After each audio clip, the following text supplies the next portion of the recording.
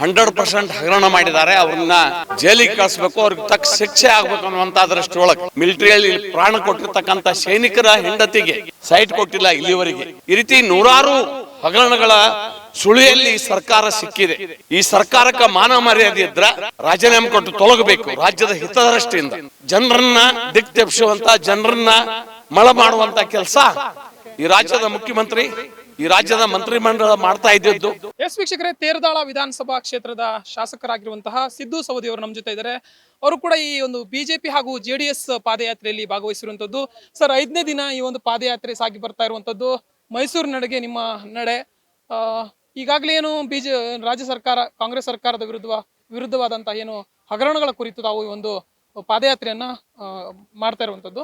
ಏನ್ ಹೇಳಕ್ ಬಯಸ್ತೀರಾ? ಈ ಒಂದೆಡೆ ರಾಜ್ಯ ಸರ್ಕಾರದ ಹಗರಣಗಳು, ಇನ್ನೊಂದೆಡೆ ತಮ್ಮ ಪಾದಯಾತ್ರೆ. ನಾವು ಜವಾಬ್ದಾರಿ ವಿರೋಧ ಪಕ್ಷ ಆಗಿರ್ತಕ್ಕಂಥ ಭಾರತೀಯ ಜನತಾ ಪಕ್ಷ ಮತ್ತು JDS ನಾವು ಜಂಟಿಯಾಗಿ ಈ ಸರ್ಕಾರದ ಹಗರಣಗಳನ್ನು ಹೊರಗೆ ತೆಗೆಯುವಂಥ, ಯಾರು ಈ 100% ಹಗರಣ ಮಾಡಿದ್ದಾರೆ ಅವ್ರನ್ನ ಜೈಲಿಗೆ ಕಳಿಸ್ಬೇಕು, ಅವ್ರಿಗೆ ತಕ್ಕ ಶಿಕ್ಷೆ ಆಗ್ಬೇಕು ಅನ್ನುವಂಥ ದೃಷ್ಟಿಯೊಳಗೆ ಜನರ ಕಾಳಜಿಪೂರ್ವಕವಾಗಿ ನಾವು ಈ ಹೋರಾಟವನ್ನು, ಪಾದಯಾತ್ರೆಯನ್ನು ಕೈಗೊಂಡಿವಿ.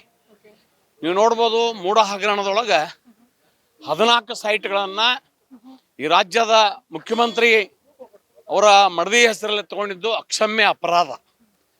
ಸುಮಾರು ಪ್ರೈಮ್ ಏರಿಯಾದಾಗ 9 ರಿಂದ 10 ಕೋಟಿ ಬೆಲೆ ಬಾಳುವ ಒಂದೊಂದು ಸೈಟು 14 ಸೈಟ್ ತೊಗೊಳ್ತಾ ಇರ್ತಾವಂದ್ರೆ ನೋಡ್ರಿ, ನೋವಾಗ್ತದ. ಯಾರು ಈ ದೇಶದ ಕಾಯಿ ಸಲುವಾಗಿ ಮಿಲಿಟರಿಯಲ್ಲಿ ಪ್ರಾಣ ಕೊಟ್ಟಿರ್ತಕ್ಕಂಥ ಸೈನಿಕರ ಹೆಂಡತಿಗೆ ಸೈಟ್ ಕೊಟ್ಟಿಲ್ಲ ಇಲ್ಲಿವರೆಗೆ.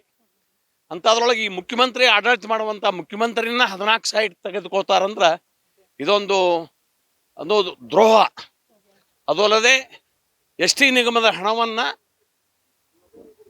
187 ಕೋಟಿ ರೂಪಾಯಿ ಹಗರಣವನ್ನು ಬೇರೆ ಅಕೌಂಟಿಗೆ ಟ್ರಾನ್ಸ್ಫರ್ ಮಾಡಿ, ಅಲ್ಲಿಂದ ಬಾರ್ಗಳಿಗೆ ಹಣವನ್ನು ಕಳಿಸಿ ಅವರಿಗೆ 5% ಕೊಟ್ಟು ಕ್ಯಾಶ್ ಮಾಡಿಕೊಂಡು ಎಕ್ಸೈಸ್ ತರಲಿಕ್ಕೆ ಮತ್ತು ಇಲೆಕ್ಷನ್ ಖರ್ಚಿಗಾಗಿ ಬಳಕೆ ಮಾಡ್ತಾರಂದ್ರೆ ಯಾವ ರೀತಿ ಜನಪರ ಕಾಳಜಿ ಕಾಂಗ್ರೆಸ್ಗಿದೆ ಅನ್ನುವಂಥದ್ದನ್ನು ನಾವು ತಿಳ್ಕೊಳ್ಳಿಕ್ಕೆ ಸಾಧ್ಯ ಅದ. ಆದ್ದರಿಂದ ಈ ದುರಾಡಳಿತವನ್ನು SC ST OBC ಜನರಿಗೆ ಮಾಡುವಂಥ ದ್ರೋಹವನ್ನು, ಅಹಿಂದ ಜನರಿಗೆ ಮಾಡಿದಂಥ ದ್ರೋಹವನ್ನು ಖಂಡಿಸಿ ನಾವು ಬೆಂಗಳೂರಿಂದ ಮೈಸೂರುವರೆಗೆ ಪಾದಯಾತ್ರೆಯನ್ನು ಕೈಗೊಂಡಿವಿ. ಅದರ ಜೊತೆ 14,000 ಕೋಟಿ ರೂಪಾಯಿ SC ST ಇಟ್ಟಿರ್ತಕ್ಕಂಥ ಹಣವನ್ನು ಅವರು ತಮ್ಮ ಪಾರ್ಟಿಯ ಒಂದು ಏನು ಪ್ರಣಾಳಿಕೆಯನ್ನು ಈಡೇರಿಸುವ ಸಲುವಾಗಿ ಆ SC ST ಜನರಿಗೆ ದ್ರೋಹ ಮಾಡಿ 14,000 ಕೋಟಿ ರೂಪಾಯಿ ಹಣವನ್ನು ತೆಗೆದು ಗ್ಯಾರಂಟಿಗಾಗಿ ಬಳಸ್ಕೊಂಡಿದ್ದು ಸಹಿತ ಅಕ್ಷಮ್ಯ ಅಪರಾಧ. ಈ ರೀತಿ ನೂರಾರು ಹಗರಣಗಳ ಸುಳಿಯಲ್ಲಿ ಸರ್ಕಾರ ಸಿಕ್ಕಿದೆ. ಈ ಸರ್ಕಾರಕ್ಕೆ ಮಾನ ಮರ್ಯಾದೆ ಇದ್ರೆ ರಾಜೀನಾಮೆ ಕೊಟ್ಟು ತೊಲಗಬೇಕು, ರಾಜ್ಯದ ಹಿತದೃಷ್ಟಿಯಿಂದ ಅನ್ನುವಂಥದ್ದನ್ನು ಇನ್ನು ಅವರ ನೀತಿಯನ್ನು ನಾವು ಖಂಡಿಸ್ತೀವಿ. ಅದಲ್ಲದೆ ಇದು ಅವರ ಹಗರಣಗಳ ಹೊರಗೆ ಬಂದಾಗ ವಿರೋಧ ಪಕ್ಷದವರು ಮಾಡಿಲ್ಲನು ಸುಳ್ಳು ಆರೋಪಗಳನ್ನು ಮಾಡುವಂಥ ಒಂದು ಖಯಾಲಿಯನ್ನು ಈ ರಾಜ್ಯದ ಮುಖ್ಯಮಂತ್ರಿ ಕೈಗೊಂಡಿದ್ದು ಭಾಳ ನೋವು ಅನ್ನಿಸ್ತಾ ಇದೆ.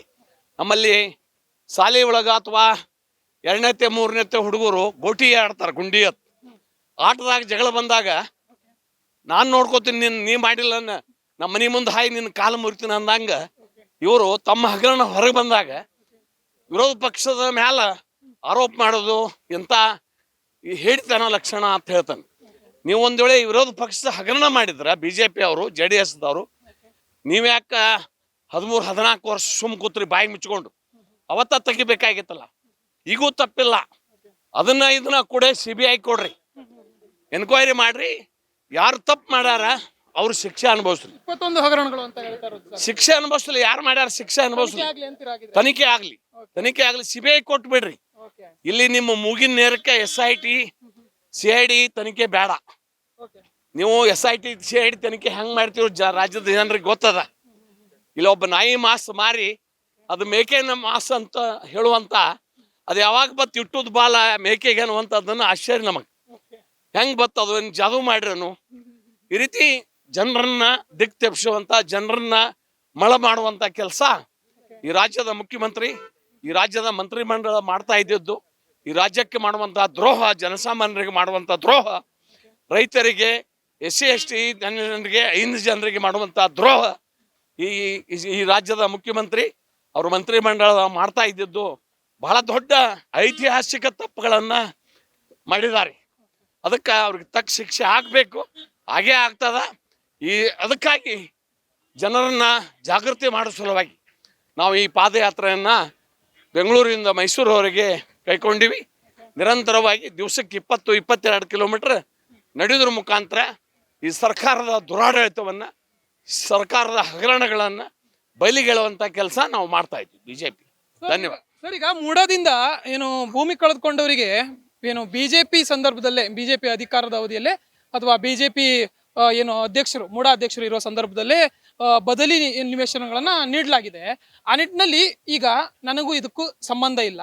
ಸೊ ಆ ನಿಟ್ಟಿನಲ್ಲಿ ನೋಡಕ್ ಹೋದ್ರೆ ಈ ಎಲ್ಲ ಏನು ಈಗ ಮಾಡ್ತಾ ಇರುವಂತ ಮೂಡ ಆರೋಪ ಹಿಂದೆ ಏನು ಬಿಜೆಪಿ ಅಧಿಕಾರಾವಧಿಯಲ್ಲಿ ಯಾಕೆ ಮಾಡಿಲ್ಲ ಅಂತ ಕೇಳ್ತಾ ಇರುವಂತದ್ದು. ಅಲ್ಲ ರೀ, ಇವರು ಆಗು ಉಪಮುಖ್ಯಮಂತ್ರಿ ಇದ್ರು, ಮಂತ್ರಿ ಇದ್ರು, ಆಗ ತಗೊಂಡಾರ ಇವ್ರು. ಅವ್ರದೇನು 3 ಎಕರೆ ಮ್ಯಾಲ ಚಿಲ್ಲರ ಗುಂಟೆ ಜಮೀನು ಕಳ್ಕೊಂಡು ಇವತ್ತು ಹೇಳ್ತಾರಲ್ಲ, ಅದು ಒಂದು SC ST ಸೇರ್ತಕ್ಕಂಥ ಜಮೀನು. ಯಾವ ರೀತಿ ಇವರು ಬಾವುಮೈದನ್ ತೆಗೆದುಕೊಂಡು ಅವರ ತಂಗಿಗೋ ಅಕ್ಕಕ್ಕೋ ಅದನ್ನ ಕುಂಕುಮ ಅರಿಶಿಣ ಸಲುವಾಗಿ ಕೊಟ್ಟಿರ್ತಕ್ಕಂಥ ಒಂದು ಡ್ರಾಮಾ ಕಟ್ಟಿದಾರೆ ಇದ್ರೊಳಗೆ. ಆ ಡ್ರಾಮಾ ಜನರಿಗೆ ಗೊತ್ತದ. ಯಾಕಂದ್ರೆ ಒಬ್ಬ ಮುಖ್ಯಮಂತ್ರಿ ಆಗಿ ಜನರ ಹಿತ ಕಾಪಾಡಬೇಕಾಗಿತ್ತು.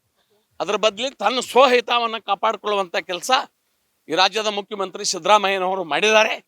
ಇದು ರಾಜ್ಯಕ್ಕೆ ಮಾಡಿದ, ಜನಸಾಮಾನ್ಯರಿಗೆ ಮಾಡಿದ್ದ, ಬಡವರಿಗೆ, ರೈತರಿಗೆ ಮಾಡಿರ್ತಕ್ಕಂಥ ದ್ರೋಹ. ಹಾಗಾದ್ರೆ ನೀವು ಬದಲಿ ನಿವೇಶನ ಕೊಡೋದಾರ ನಮ್ಮಲ್ಲಿ ಅದ. ನಮ್ಮಲ್ಲಿ 5 ಲಕ್ಷ 6 ಲಕ್ಷ ಮಾರ್ತಾರೆ ಬಡವರು, ರೈತರ ಜಮೀನುಗಳನ್ನು.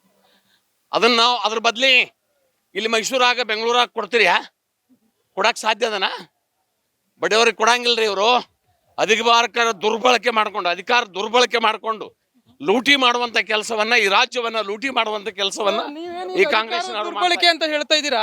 ಈಗ ಕಾಂಗ್ರೆಸ್ನವರು ನೀವು ಅಂದ್ರೆ ಬಿಜೆಪಿಯವರು ರಾಜಭವನವನ್ನ ಹಾಗೇನೆ ರಾಜ್ಯಪಾಲರನ್ನ ದುರ್ಬಳಕೆ ಮಾಡಿಕೊಂಡು, ದುರುಪಯೋಗ ಪಡಿಸಿಕೊಂಡು CM ಸಿದ್ದರಾಮಯ್ಯನವರಿಗೆ ಅಂದ್ರೆ ನೋಟಿಸ್ ಹೋಗುವಂತೆ ಮಾಡಿದೀರಾ ಅಂತ. ಅವರಿಗೆ ನೀರು ಹತ್ತಿದಾಗ ಆ ರೀತಿ ಬಡಬಡಿಸುವಂತ ಕೆಲಸ ಮಾಡ್ತಾ ಇದ್ದಾರೆ. ಯಾವ ರೀತಿನೂ ರಾಜಭವನ ದುರುಪಯೋಗ ಮಾಡುವಂತ ಕೆಲಸ ಭಾರತೀಯ ಜನತಾ ಪಕ್ಷ ಮಾಡ್ತಾ ಇಲ್ಲ.